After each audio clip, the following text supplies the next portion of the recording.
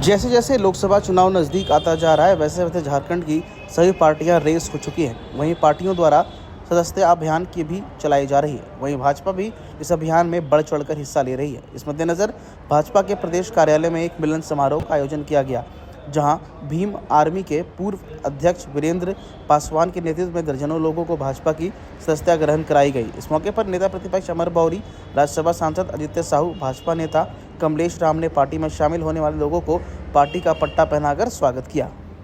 विषयों को, दलित से संबंधित विषयों को लगातार पुरजोर तरीके से उठाते रहे। आप तो भीम आर्मी के प्रदेश के अध्यक्ष भी रहे थे, कांग्रेस में भी रहे, इंटक में भी रहे हैं, और आज सभी जो अपना पद था उनका त्याग करके भारतीय जनता पार्टी मोदी के परिवार में आज अपनी सदस्यता ग्रहण किया है। आपके समर्थकों को मैं मानता हूं कि इस राज्य सरकार में न सिर्फ दलित, आदिवासी, वंचित, शोषित सभी के साथ अन्याय हुआ है। विशेषकर दलित समाज के साथ तो जो अन्याय है वो इस सरकार के स्वर्णिम अक्षरों में, काले अक्षरों में लिखा जाएगा। और ये सरकार दलित अत्याचार के लिए कुख्यात भी रही है, उनके तिरस्कार के लिए भी कुख्यात रही है। कई एक घटनाएं आपने देखा होगा कि इस सरकार में लगातार दलित का कोई मंत्री नहीं है, और वारंट निकलने के बाद भी एक दलित का अपमान इस सरकार ने शपथ नहीं दिलाकर करा है।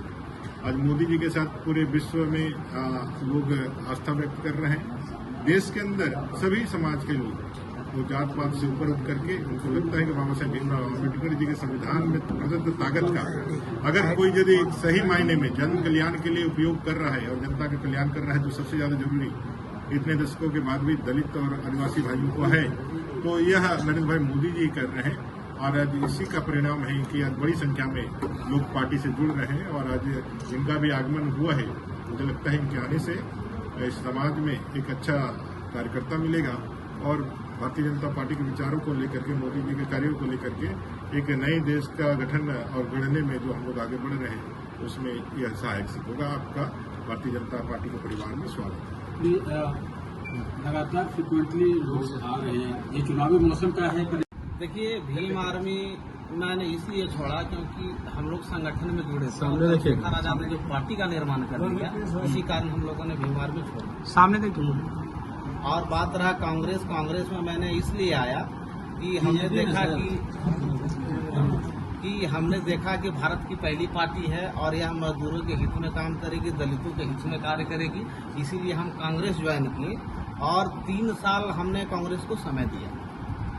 3 साल में हमने बहुत सारी आवाज उठाई, लेकिन कहीं भी कांग्रेस का कोई भी नेता, कोई भी सांसद, कोई भी विधायक कहीं ने सपोर्ट नहीं किया। पिछले महीने ही मैंने दलितों के मामले में आवाज उठाई, मैं जेल भी गया, मगर कोई भी पदाधिकारी बोलने को तैयार नहीं। मैं ये समझ चुका था कि कांग्रेस केवल दलितों का इस्तेमाल कर रही है। ऊपर में दलित राष्ट्रीय अध्यक्ष दिखाकर के नीचे दलितों का शोषण करने वाली पार्टी कांग्रेस है। इसलिए हमने कांग्रेस को छोड़ा और भाजपा को ज्वाइन किया, क्योंकि मैं देख रहा हूँ कि भाजपा में जो नरेंद्र मोदी जी है, इनकी विचारधारा से देश ऊपर जा रहा है, और यहाँ के नागरिकों को भी अच्छा वातावरण मिल रहा है, माहौल मिल रहा है। इसलिए हमने भाजपा को ज्वाइन किया है, और मैं पूरा विश्वास दिलाना चाहता हूँ झारखंड की जनता को कि भाजपा ही वह पार्टी है जो यहाँ के दलितों को, मजदूरों को, गरीबों को इंसाफ दिला सकती है। इसलिए मैंने भाजपा को ज्वाइन किया।